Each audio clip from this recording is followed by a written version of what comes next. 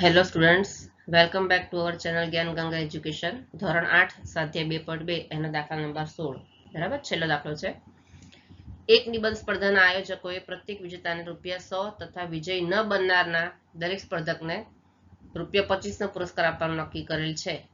જો પુરસ્કાર સ્વરૂપે આપવામાં આવેલ કુલ રકમ ₹3000 હોય તો કુલ 63 સ્પર્ધકોમાંથી વિજેતા થનાર સ્પર્ધકની સંખ્યા શોધો. તો આપણે શું ધારવાનું? વિજેતા થનાર સ્પર્ધકની સંખ્યા ધારવાની. બરાબર, લખીએ છીએ. ધારો કે વિજેતાની સંખ્યા કેટલી છે? x છે. બરાબર, કુલ સ્પર્ધકની સંખ્યા કેટલી કીધી છે? 63. આપણે શું લખશું? કુલ સ્પર્ધકની સંખ્યા કેટલી છે? 63 છે. હવે કુલ સ્પર્ધક ખબર છે 63 છે અને વિજેતા થનાર છે એ પણ x છે. તો વિજેતા ન થનાર કેટલા હોય? ટોટલ માંથી જે વિજેતા થયા એને બાદ કરીએ. બરાબર, તો માટે વિજેતા ન બનનાર ની સંખ્યા કેટલી થાય? ટોટલ માંથી 63 - x થાય ને, 63 - x થશે. હવે વિજેતાને કેટલું ઇનામ આપવાનું નક્કી કર્યું છે? જે વિજેતા થયા છે એને ₹100 અને જે વિજેતા નથી થયા એને ₹25. બરાબર, તો આપણે શું લખવાનું? અહીં લખશું આપણે કે વિજેતા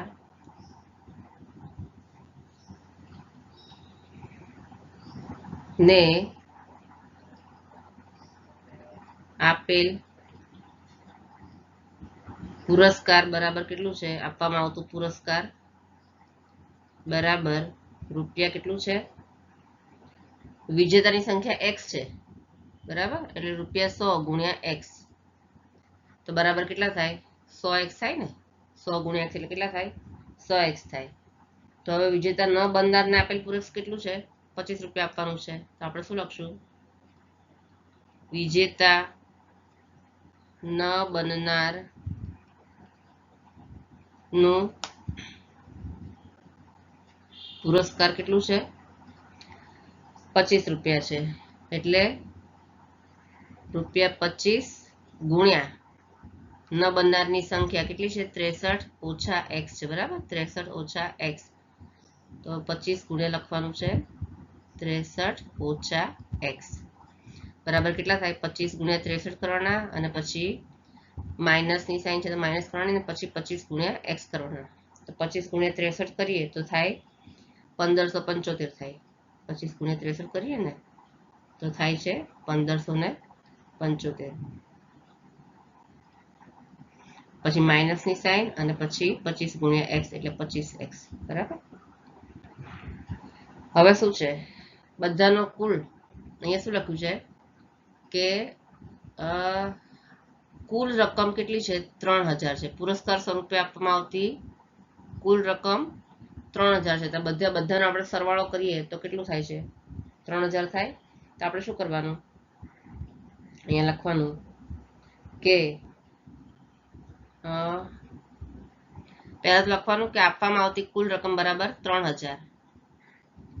આપવામાં આવતી કુલ રકમ બરાબર કેટલી છે? ₹3000 છે. બરાબર, માટે બધી રકમનો સરવાળો કરવાનો.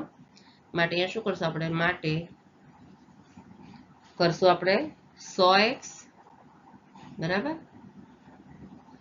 અહીંયા લખશું 100x પ્લસ 1575. પહેલી જો આ રહી 100x. બરાબર, પછી બીજી છે 1575 - 25x.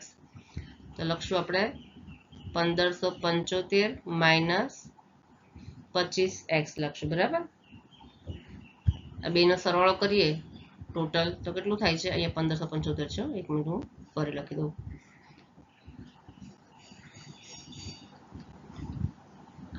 1575 ઓછા 25x તો બંને ટોટલ કેટલું થાય છે? 3000. બરાબર, તો માટે શું થાય, બ્રેકેટ છૂટો પાડી દેવાનો. હવે આપણે 100x ઓછા x ની બાજુમાં લઈ દઈએ. ચલો ઓછા 25x,